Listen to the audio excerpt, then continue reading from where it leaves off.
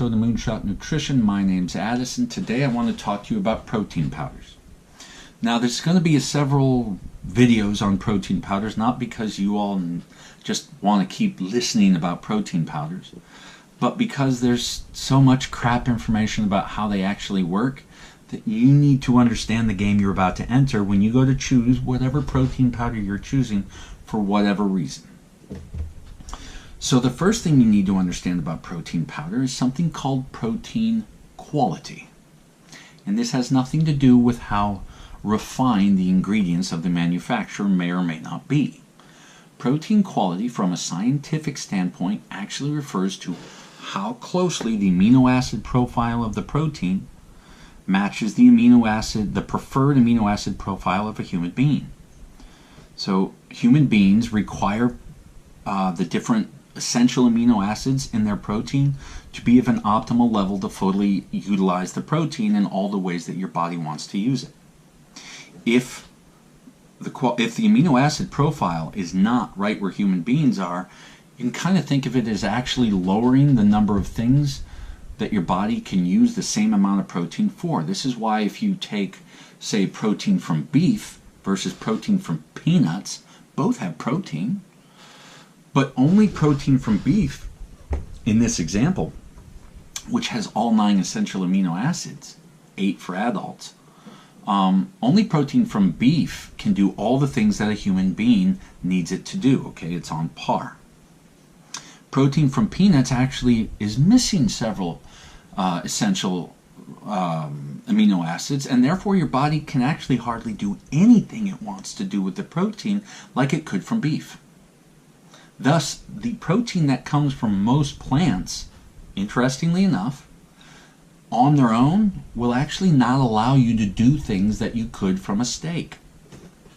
This is why things like soy protein, hemp protein, rice protein, pea protein, these are why they're so quote-unquote coveted. It's because they're actually the few single plant protein sources that actually have all the essential amino acids. And truth be told, only soy actually has all the essential amino acids in levels that are similar to that of milk-based whey protein, casein protein, or beef protein. All right, soy is actually pretty close. Quite frankly, even the ones with all 9 essential amino acids aren't terribly close. They have a lot of problems. This is why more and more companies have been creating plant-based proteins that are actually made from a multitude of different plants. And they do this because a lot of people don't like soy protein for all kinds of good reasons.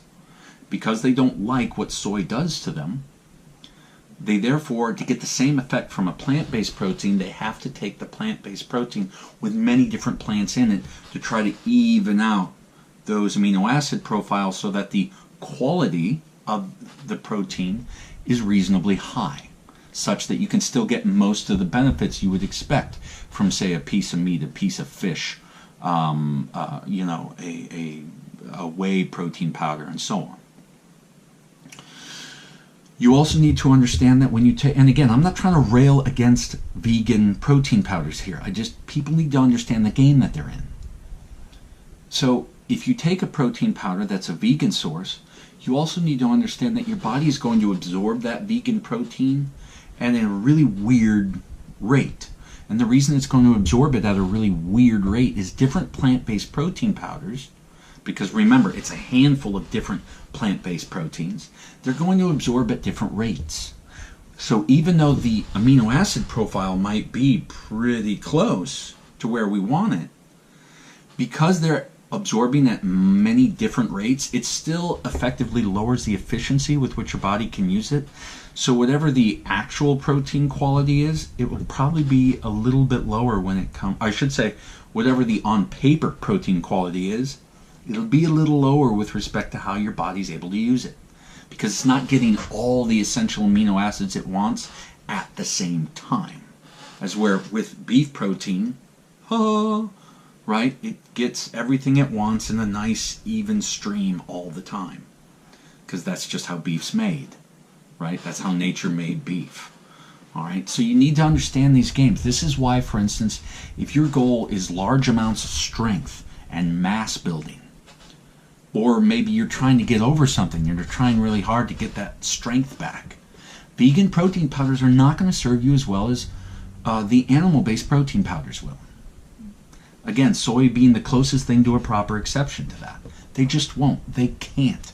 It's a biological problem. It has nothing to do with whether or not, we should all be vegan or all be carnivores or whatever I don't even care what as far as the debate is, right? It has to do with your biology. We human beings just can't get protein from plants as well as we can get it from animals. It doesn't work for all the muscle building and athletic components of our body. Now, that being said, I will also tell you that plant-based protein powders are really good for weight loss, though, because they have no insulin response, relatively speaking, unless they have a lot of carbs in them. So that's actually a benefit. So as you can see, I'm not trying to choose sides. I just want you to understand what your biology does with all of this stuff. And as far as the insulin responses in proteins, I'm actually going to cover that in a different video. So I hope this helps. I hope you actually learn something about how protein powders work and what you need to know before you take them. And again, today's video is just about protein quality. Anyways, as always, thank you for watching. Thank you for listening. Take what you learned today, make the world a better place.